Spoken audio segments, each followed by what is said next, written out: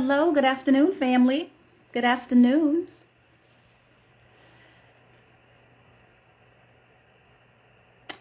Hello.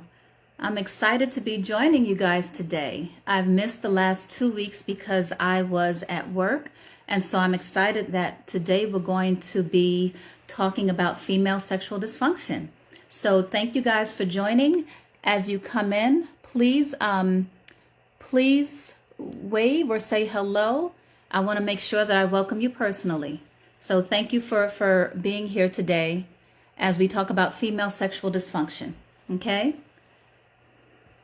Let me see. I see that some people are coming in. Hey, Monique, thank you for being here today. Thank you so much.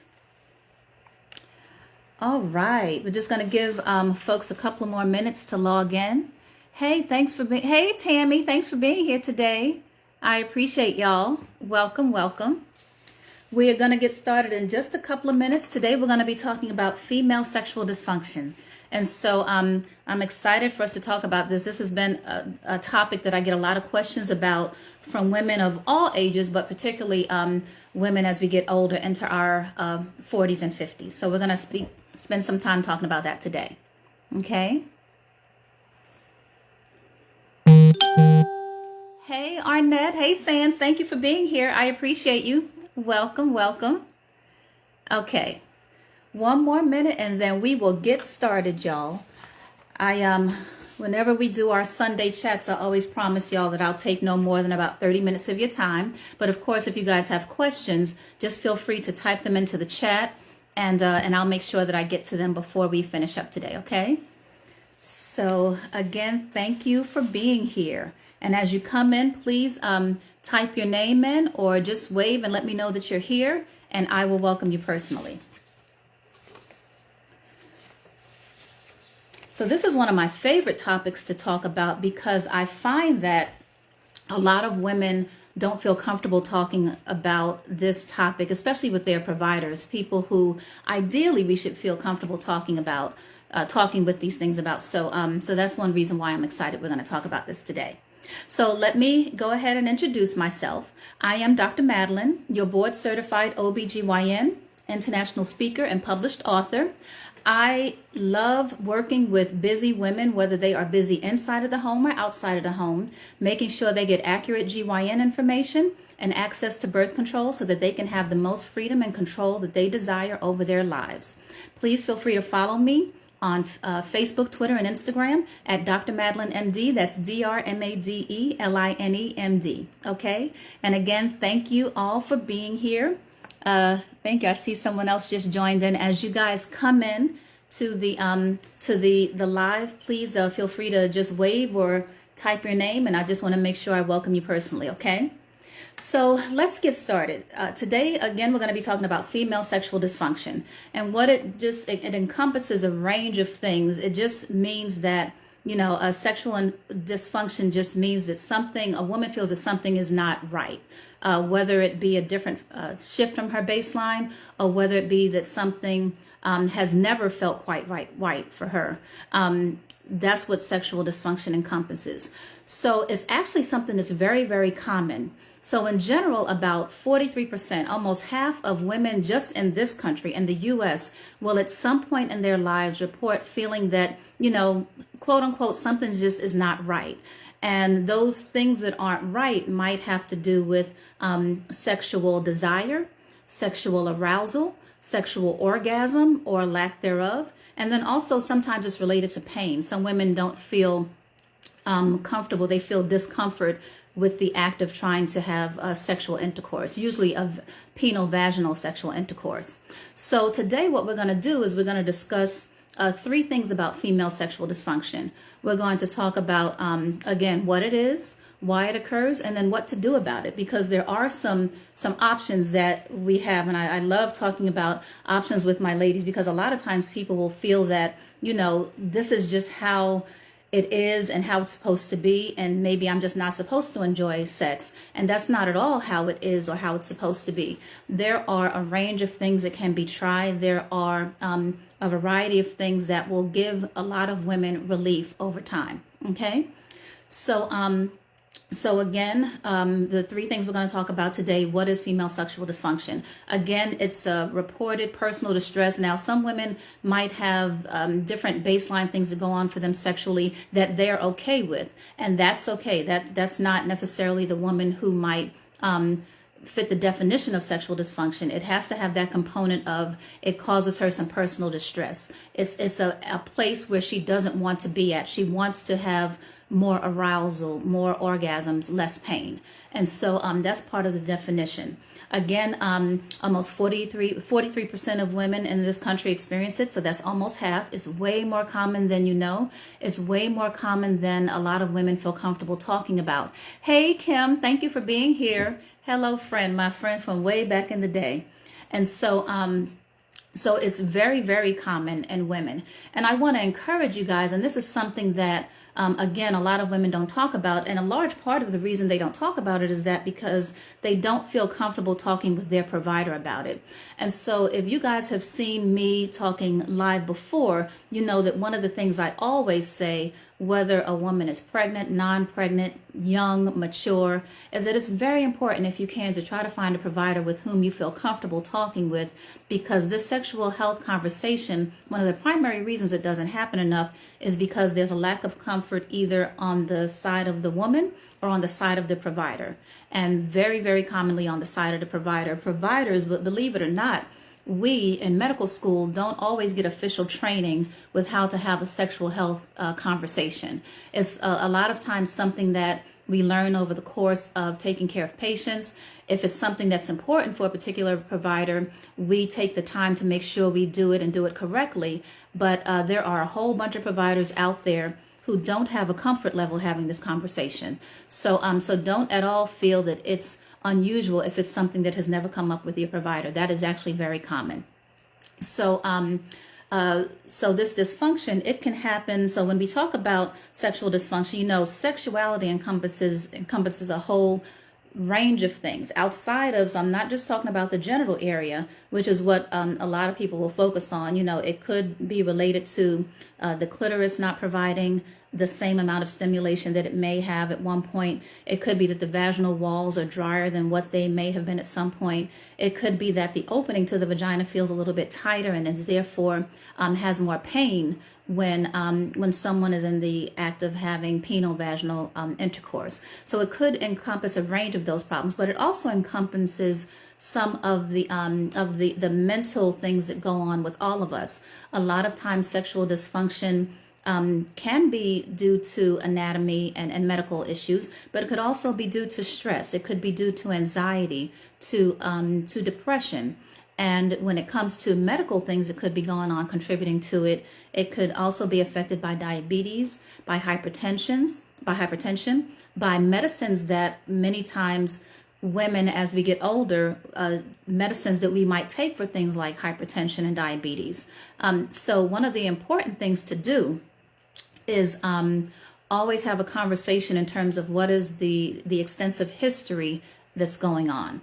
So again, what it is, female sexual dysfunction, is basically, you know, changes that can occur in desire, arousal, orgasm, or pain. Why it occurs? It can occur for the range of reasons that we just discussed, having to do with human anatomy, medications that we're taking. But the primary thing that they all have in common is a shift in estrogen content. Okay, that's very important when we talk. Hey, Cheryl, thank you for joining today, friend. Thank you for being here. I appreciate you. So when we talk about a shift in estrogen, estrogen is the all-important hormone that most of us have in our systems throughout our lives as women. And so, hi, Ma, thank you for being here. I see Maggie, my mom, Maggie, just joined. So it has to do with estrogen is a hormone that's in our systems for basically our whole lives. We have a content of estrogen that basically starts to decrease as we go through menopause. So what defines menopause is basically those hormones dipping down to a different level. Now, for many people, the average age of menopause, if you don't have a surgical intervention, the average age of menopause is about 51. But a lot of times people will start to feel the impact of those decreasing hormones as early as early 40s, mid 40s, upper 40s. And so it doesn't have to be that you're all the way through menopause before you begin to feel some of the effects of the shifting of estrogen. Another thing that that happens, and this might happen in younger women, and you guys let me know if you've experienced this. So another time, if you're not perimenopausal or gone through menopause, another common time for women to feel a shift in these hormones is actually around the peripartum period. So if a woman has just delivered a baby, especially if she's breastfeeding, a lot of times there'll be some more vaginal dryness during that time than she might otherwise experience. And so absolutely, that's another time that's separate from when a woman is close to menopause, when she might feel that things are different. And it's related not only to the shift in hormones in her breastfeeding, but you guys know in that period of time when the baby first comes, there's a lot going on. Okay, so a lot of times women are trying to, juggle the new baby, sometimes take care of things at home, sometimes take care of things at work, see and make sure their partner, whether they're male or female, their partner is also satisfied. Sometimes people will wait till the 6-week point, which is usually what we recommend. Sometimes they won't. And so a lot of times that creates a lot of stress for women. And so when you add the impact, hey Lee, hey Number, thank you for being here today. So when you add the impact of your body's hormones normally shifting along with the psychosocial stressors that are going on, whether a woman is postpartum or peripartum, or if she's older and perimenopausal, you can imagine that those things have an overall impact and whether or not a woman might feel like, getting her groove on or feel the same amount of arousal and desire and excitedness about orgasm that she might normally feel. So that's why female sexual dysfunction occurs. It has to do with a shift in estrogen. It also has to do with what normally happens over time, a shift in testosterone. Now, testosterone, you guys are probably thinking, oh, I thought that was a male-only hormone. Well, we have we don't have as much testosterone in our system as men do. We have a smaller amount, but absolutely there are cases where I might have a woman who is having some mild sexual concerns, and we might try the estrogen, maybe it doesn't work 100%, and we add a little bit of testosterone, and studies have shown this as well. Adding a little bit of testosterone might help her get to the rest of what she was trying to get to, because that testosterone, even though it's not the predominant hormone in us women, it certainly helps and contributes to our sexual function, our desire, our arousal, our ability to orgasm. And so testosterone plays an important role, although not as important, not as present as estrogen, but it absolutely is still present. Okay. So estrogen does a few things with our female anatomy. It contributes to how sensitive our anatomy is. And when I say anatomy, I mean the vagina, the clitoris, the G-spot, all of that. Elasticity. A lot of times when we get toward menopause, perimenopause, the vaginal area will be less elastic compared to what it normally was. That elasticity is there because of estrogen. Okay, when we have secretions, a lot of times when a woman is going through orgasm or leading up to orgasm, she might ejaculate. The ability to ejaculate, the ability to have those secretions are directly related to estrogen. And so a lot of times when we have women who are perimenopausal, if we've, done the history and physical and we've measured their hormone level, one of the things we might try might be some estrogen, because getting that hormone back in her system can help with all of those things. It can help with how sensitive she is in her vaginal or genital area, how elastic the tissues are, the types of secretions that she's able to produce when she's being sexually active, and also just overall pleasure. So absolutely estrogen contributes to that. And as I said, testosterone can contribute to that desire and function as well. So that's why it occurs in terms of sexual dysfunction. And those are some of the things we can think about in terms of how we can try to focus in on what's going on. So one of the things I want you guys to think about, and I mentioned this a little bit earlier, is whether or not you have someone who you feel comfortable talking with this topic about. When you go to your provider, if you have someone that you're comfortable speaking with about this, then it's very important that as you are talking about your sexual health, which is absolutely important. The way I bring it up with my patients is I say, you know what, I love taking care of the whole person. And absolutely, when we're talking about holistic care, GYN care, primary care, all of that, it involves all parts of you. And so your sexual health is as important as everything else is. So if I'm talking with you about, hypertension or diabetes, or your personal goals for weight or decreasing stress in your life, absolutely sexual health is part of that. And so the more we have these conversations and more we normalize these conversations, the more we're going to be able to make sure that women, our clients, our patients are getting what they need in terms of the appropriate information, appropriate interventions, and medicines if they need them. Okay? And so when you do go in for your evaluation, it's important to discuss your full medical and sexual history, whether you have one partner, multiple partners, whether your partner's a male or female. Again, no shame. There shouldn't be any judgment. And if you don't feel comfortable, again, I encourage you to find someone with whom you feel comfortable having those conversations with, because it all matters in terms of the details. Excuse me, y'all. Let me just take a sip. Excuse me. So it all matters in terms of the details. Your provider will probably also do a pelvic exam, and there may also be some blood tests that are required. Again, this is to help understand whether or not your hormones might be at a certain level.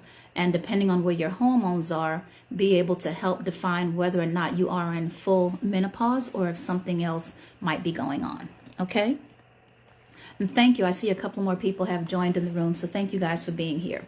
So now we get to the part of what to do about it. So if someone is reporting or requesting help with, or even if the provider elicits in the course of that conversation that someone might be experiencing female sexual dysfunction, there are some things we can do about it. Again, after you get that complete medical history and do a physical exam, that's with the goal of trying to hone in on what are some of the things that might be contributing to this. If a woman is perimenopausal, again, the primary thing is going to be the decreased hormones. Is it something that can be alleviated with just giving her some low-dose estrogen? A lot of times when the primary concern is related to sexual dysfunction, we might try with some vaginal direct application estrogen, versus, we can also have hormone therapy that can be in the form of a pill. When it relates to sexual dysfunction, a lot of times just the estrogen applied directly into the vaginal wall. We have creams that can go up into the vagina, and applying those creams directly to have direct impact is sometimes more effective than giving the woman a pill. Everyone is different. I have some patients who prefer the bioidentical hormones, whereby you can work with a compound pharmacy and they can make a lotion that the woman can rub directly into her skin. And a lot of times women like to receive the medicine that way. Again, those are some of the initial things we might start with when it comes to sexual dysfunction. But the other part of the approach to treatment and care is important too. So when I'm talking with my ladies, I have conversations around, if they have a partner. Now, sometimes the sexual dysfunction is just the woman with herself. Like maybe she's trying to self-stimulate or masturbate, and she's not reaching what she wants to reach. Sometimes it's about that woman and her partner. And one of the things that's important to talk about if there's a partner involved is whether or not the woman has a comfort level with having a completely honest and open conversation with her partner about what might be going on sexually. Okay, that is huge, y'all. The mental component of sex and sexuality, we really can't highlight that enough. That it's so important that you feel that if your goal is to reach a different level of sexuality with someone who is a partner, it absolutely has to be one of those things that over time you develop a comfort level with and you talk with them. Now, I have some patients who are like, I don't want to talk with them about this. I found me another partner. Okay, that's fine too. No judgment. Everybody has to do what it is that they feel comfortable with and what it is that helps them reach a space where they have peace of mind and where they also feel that they're getting what they need.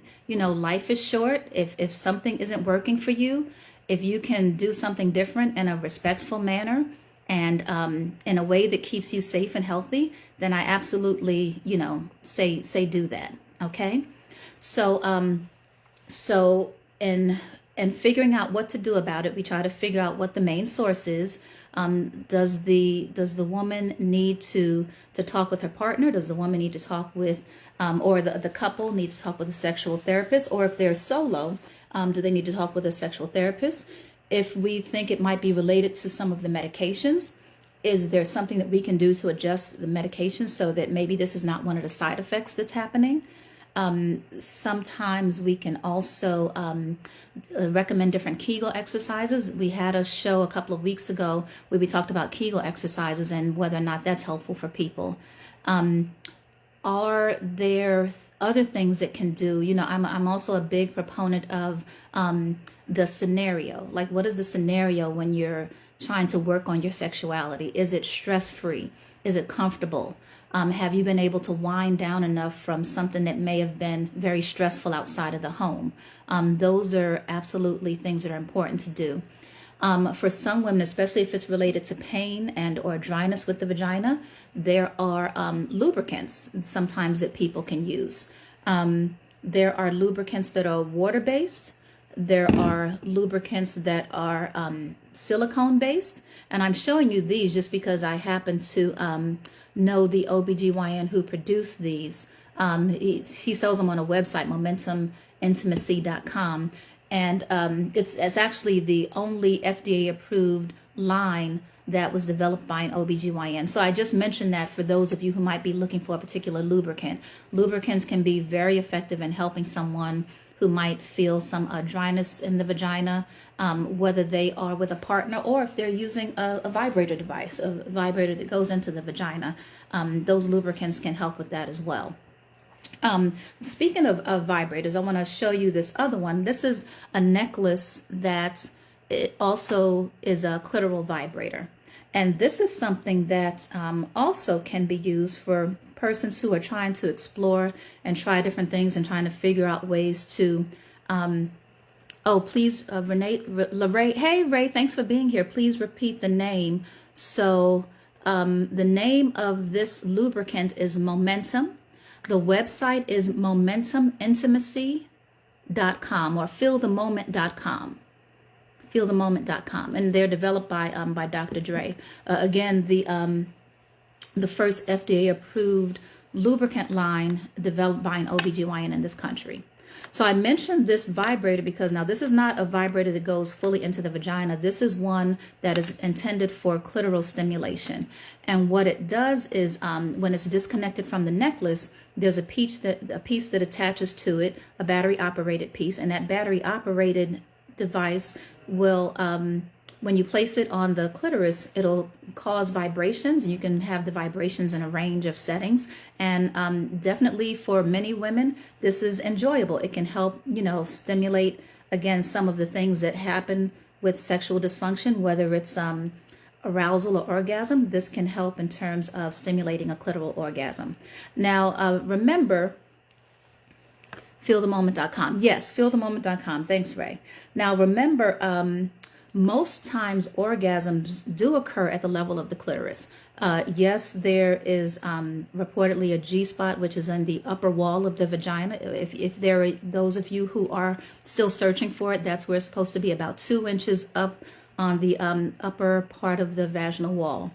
And so that's another area that is associated with orgasm in women. But, you know, this is one of the things I always like to encourage with my women. Absolutely take the time to learn your body, learn where everything is, determine what it is with your body that can that make you feel what you want to feel when it comes to your sexuality. Monique said, where can we find the vibrator? I'm going to type into, so I happen to have these on one of my websites. I'm going to type the information into the box when we're done, and so that you can see more details about the vibrator. Okay, thanks for the question, y'all. And so this is again one of those things you can try, but Again, when it comes to female sexual dysfunction, I really, the way I like to start in terms of understanding what's going on and helping my ladies feel comfortable is that we have to start with a place of her feeling comfortable with her own body, knowing what brings her pleasure, knowing what's not pleasurable, knowing which things she prefers to do, what she prefers not to do, and also knowing if there are some things that bring her to a peak of pleasure and or not. Hey, oh Keith, thank you so much for being here. I appreciate you. Hey, Debbie, thank you for being here. I appreciate you. And so that's one of the first things, really, to try to figure out what it is that the woman wants for herself. And you really, it's important to be in a space of self-confidence, a space of privacy, because sometimes figuring out who it is that you are and what it is that you want and what it is that brings you pain or pleasure requires that you be in a personal space so that you can figure that out. And then the next part, where if you have a partner, the next part where you share that with your partner, if you're at that level of comfort, that's the next part of the process. But absolutely, part of the process is first knowing thyself. That's something that we talk about in many different scenarios, and absolutely knowing thyself is a huge part of sexuality, sexual pleasure, and making sure that you get what you want. At the end of the day, I want all women to be able to get what they want in terms of their sexual pleasure and joy, and experiencing that as often as you can. Okay, so those are the things I wanted to talk with you about today. Again, just as a recap, we talked about female sexual dysfunction. What it is, it basically is a woman reporting personal distress and either changes in desire, arousal, orgasm, or pain. Why it occurs? Primarily, it occurs due to a shift in the estrogen, that main hormone that women produce throughout their lives, which which is significantly decreased by the time we go through menopause. It can also shift when a woman is peripartum, right after she's giving birth, or if she's breastfeeding. Sometimes women breastfeed as far out as 2-3 years or so after they deliver, but that's another time when this type of dysfunction can occur. It can also occur when there are stressors going on in someone's life. If someone is dealing with stress, even abuse, it certainly is something that can be affected by that. What to do about it? Again, if you're comfortable, find a provider who you can talk with about it. Go through all of your medical and sexual history. What medicines are you taking? Is anything happening that's a side effect of any of your medicines? Trying different things to decrease your stress when you're about to have an intimate or sexual time. Sometimes that's, sitting in a bathtub, lighting a candle. Don't forget that you can sometimes try lubricants, whether they're silicone or water-based, that can help if you have vaginal dryness. Hey, Pam, thank you for joining today. I appreciate you. And then last but not least, don't forget to try some toys. Try to spice things up a bit, whether it's with something like this that's a clitoral vibrator, whether it's with something that goes fully into the vagina or in the anus as a vibrator that penetrates, and just a lot of the different toys that are out there. Some folks have asked that in one of our Sunday chats we talk more about different toys, and that'll be something that I schedule in the coming weeks. So that, oh, thanks, Tasha. Thanks for posting that. Oh, Sean, hi, how are you? Thank you so much for being here. Thanks, Tasha, for being here. And thanks for posting the information about the box. I appreciate you. So again, ladies, I just want to make sure that you have this information because, as in most things, information is power. And I want all of you and all of us to be empowered when it comes to our sexuality. Okay? Absolutely. So if you have any questions, please type them in the box for me. Oh, Lee says she loves the Dr. Madeline necklace vibrator. Thank you, Lee. Thank you, number. I'm glad you love it. Glad y'all enjoy the information. So if you have any questions for me, please type them in the box. I definitely want to make sure I get to as many of your questions as possible. And I really appreciate y'all being here today. I hope that this information was helpful. Thank you, Monique. I love you too. Thank you so much. I hope this information is helpful. Again, I think it was so important to cover this. It's one of those topics that's kind of, in my office sometimes is whispered about, but I can tell you that every single time, and I bring this up with all my patients, regardless of their age, anytime I bring up the topic of sexual health, there's always like a sigh of relief from that woman, because they've been dying to, get their questions answered, or maybe even bring up this topic with someone and they didn't know how to do it, or didn't have someone who was receptive or open to the information. And so I absolutely, I love this topic. I love talking about it. I want you all to feel empowered and comfortable with not only discussing this, but with your sexuality, to the point that you can drive what it is that you want to have done to be able to have as much desire, arousal, orgasm, and pain-free sex as you desire. So if there are no other questions, I'm going to close out for today. Oh, thanks, Pam. Yes, absolutely. I'm looking forward to getting yours shipped. So I am Dr. Madeline, your board-certified OBGYN, international speaker, and published author.